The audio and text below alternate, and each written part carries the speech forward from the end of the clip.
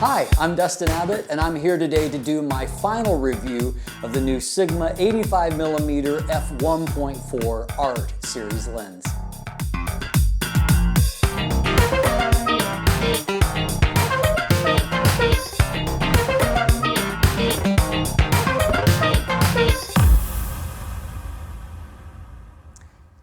Since I started covering the art series several years ago, the lens that has been most requested, most asked for, is this lens right here.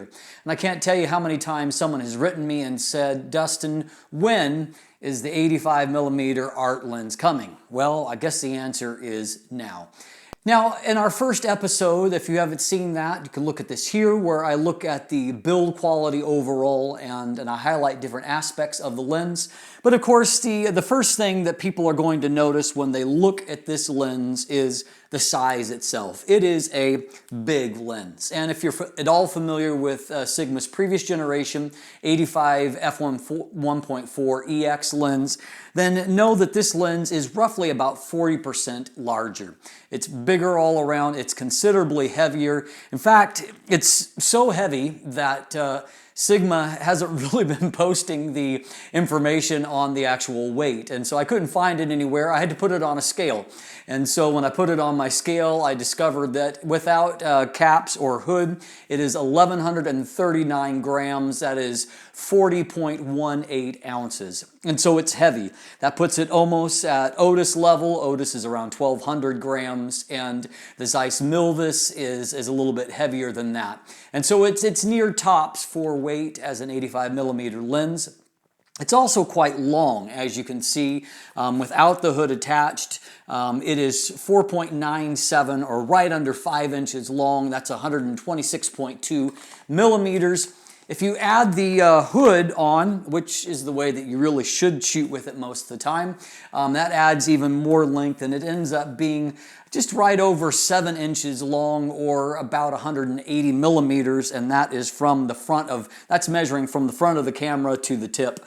And so it is a significantly large lens, and it's really the longest lens in the class.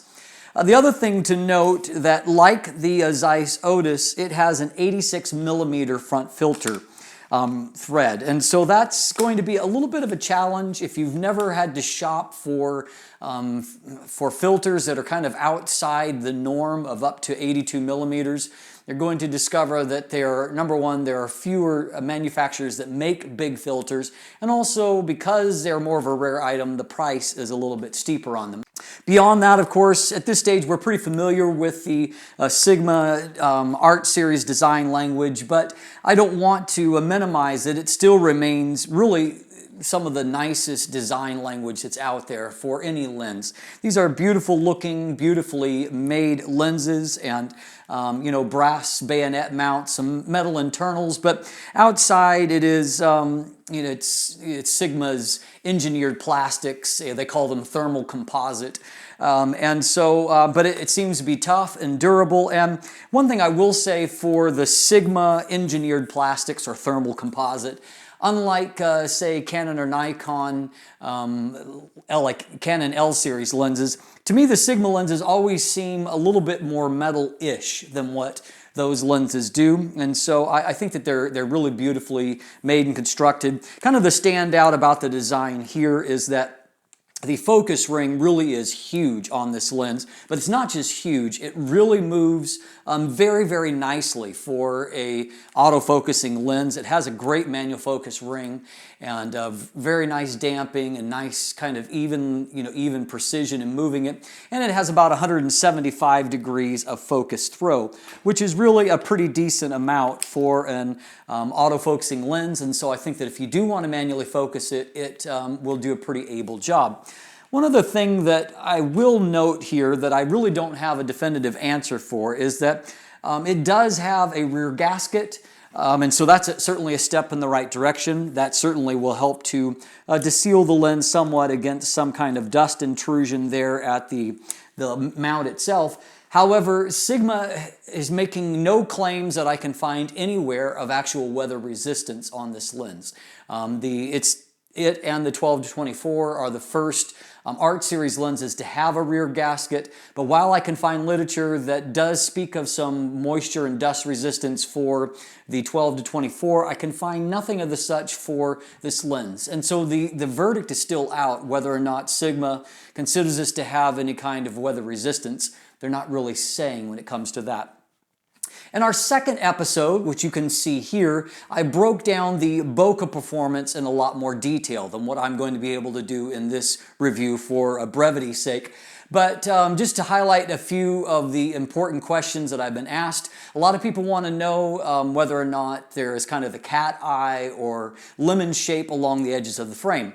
The answer is yes. At f1.4 and at f1.8, you will see some of that towards the edges of the frame. The good news is that unlike the Tamron 85 VC that I used as comparison point, the Sigma at f2 will have pretty much perfectly round bokeh circles across the whole frame. And so if that's a big deal to you, that's certainly a bit of good news when it comes to that. So overall, the bokeh quality is what I would call technically good, if not exceptional.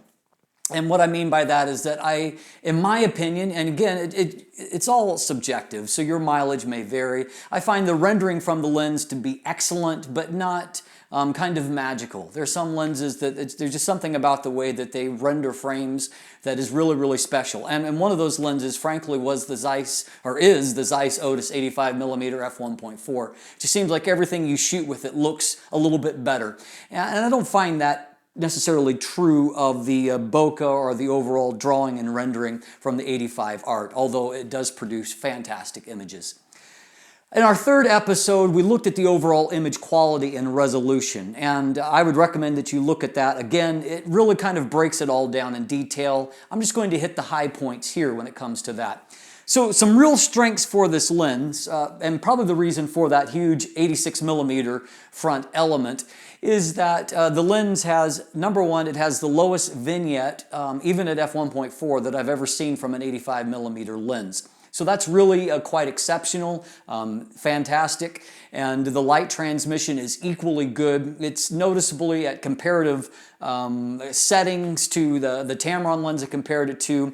The Sigma is noticeably brighter.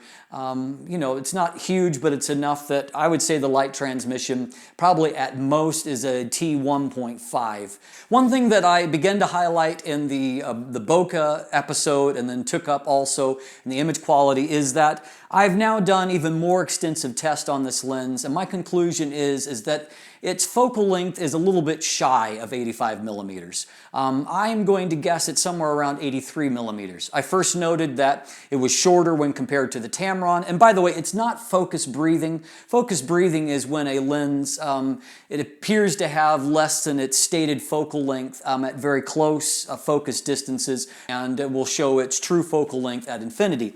I see the same framing issues both at minimum focus distance, medium focus distance, and infinity. It's not focus breathing, it's just that the lens is a little bit short of 85mm. Now, that isn't necessarily uncommon. There are very, very few lenses that are actually their stated focal length. Manufacturers, they round up or down to the kind of closest normal focal length. I mean, nobody wants to buy an 83mm lens. And so there is a certain margin of error that all manufacturers are allowed, and so this lens is certainly within that tolerance. But I compared it first to the Tamron, and I noted the difference. The Tamron may be a hair longer than 85mm, I don't know. Then I compared it with a 70-200 lens set at 85mm, and it's still framed looser. And then in this comparison, a kind reader provided me actual chart testing of the Sigma versus the Otis lens, which I'll come back to in just a second. But also in that, I noted that the Sigma framed noticeably wider than what the Otis did as well. And so that's three different lenses I've compared it against, and in all three cases, the Sigma comes up a bit short.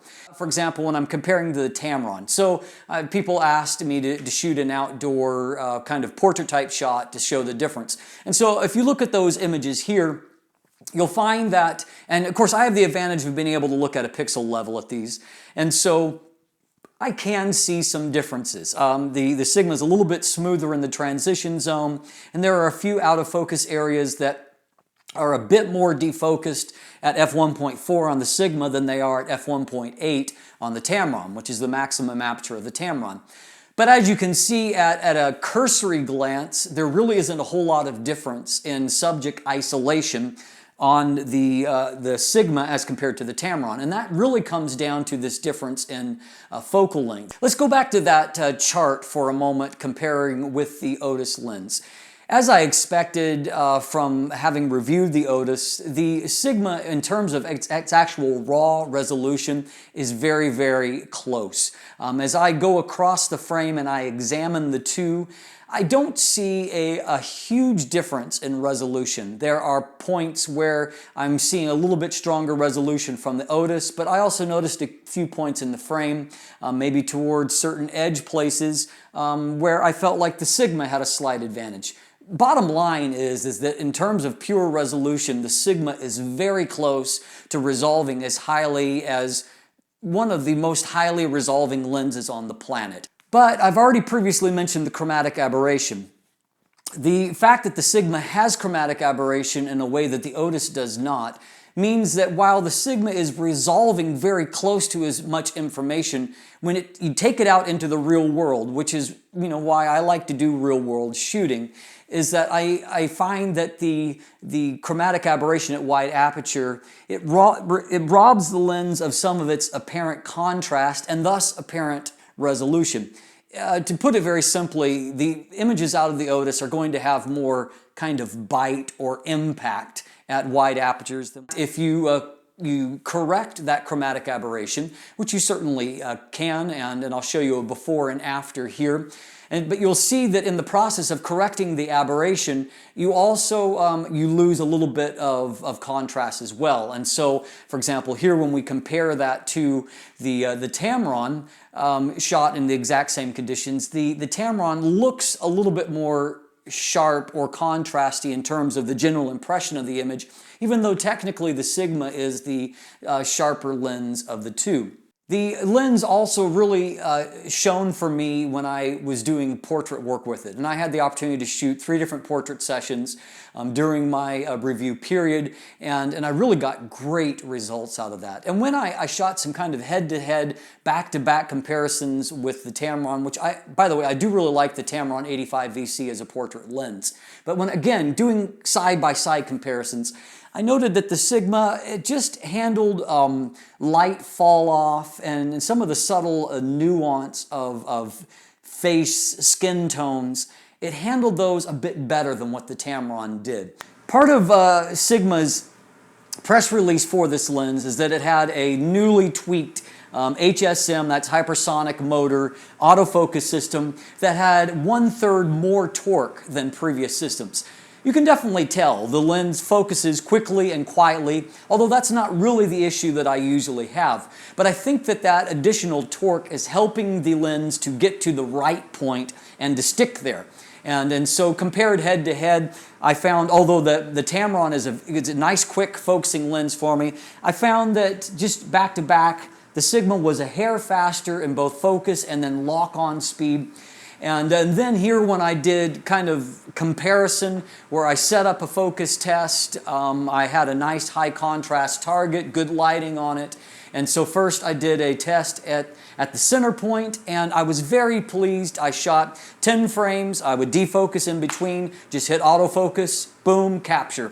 And I repeated that again and again, and I found that with just the tiniest variation, everyone was pretty much perfectly focused. And so that was a great result. When I moved out to an outer point, which of course, as a portrait shooter, you're going to want to do that. You know, a lot of times where you want to put the eye, if you're wanting to shoot for the rule of thirds, where you want to put an eye, the center focus point's not going to cut it. And so when I moved to an outer focus point, as you can see here, unfortunately my results were not nearly as good. I had a couple of the frames that were relatively close, and then 3 at various stages of front focus, 2 in some cases fairly extreme front focus. The Tamron, in the same comparison, it basically nailed all of the shots, both in the center and the outer focus point. And so it's still the slightly more accurate focusing lens for me.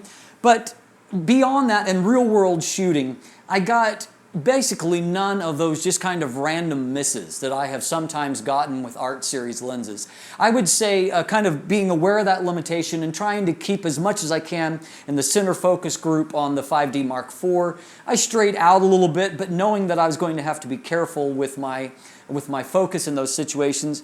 Overall, I've actually got very good, very consistent focus results out of this lens.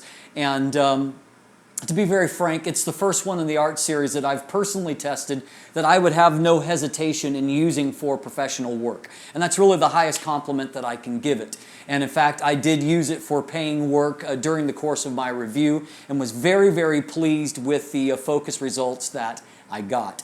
And so that's certainly an advantage over even the Canon 85mm f1.2L Mark II, which is a very slow focusing lens.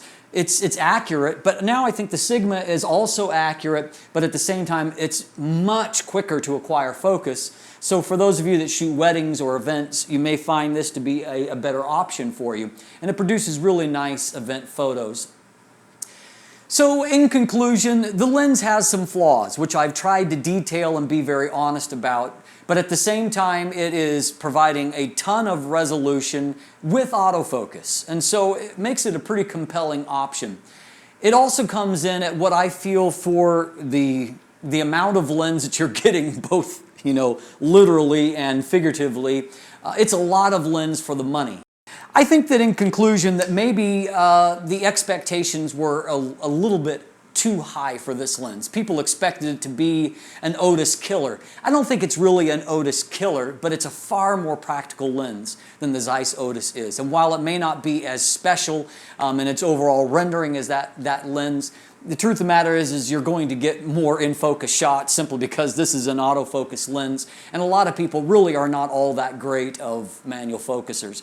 And so at the end of the day, this is a lens that will work for a lot of people. It's an excellent lens. It produces beautiful images, has good autofocus, and it comes in at what I think is a reasonable price. So while there are a few things that I would have liked to have seen Sigma get a little bit better, maybe that little bit shorter than expected focal length and the too much chromatic aberration. Yeah, I wish those things were different, but bottom line is that this is a pretty special lens, and I think that if you're looking for an 85mm and you want that bigger f1.4 aperture, this is probably pretty much your best option. I'm Dustin Abbott. If you look down below, I've got a full written review with a lot of sample images, along with an actual image gallery that you can go and take a look at. There's links to purchasing the lens, and of course, links to follow me on social media or subscribe for my newsletter and keep up with all the new, reviews and giveaways. If you haven't already, please click that subscribe button. Thanks for watching. Have a great day.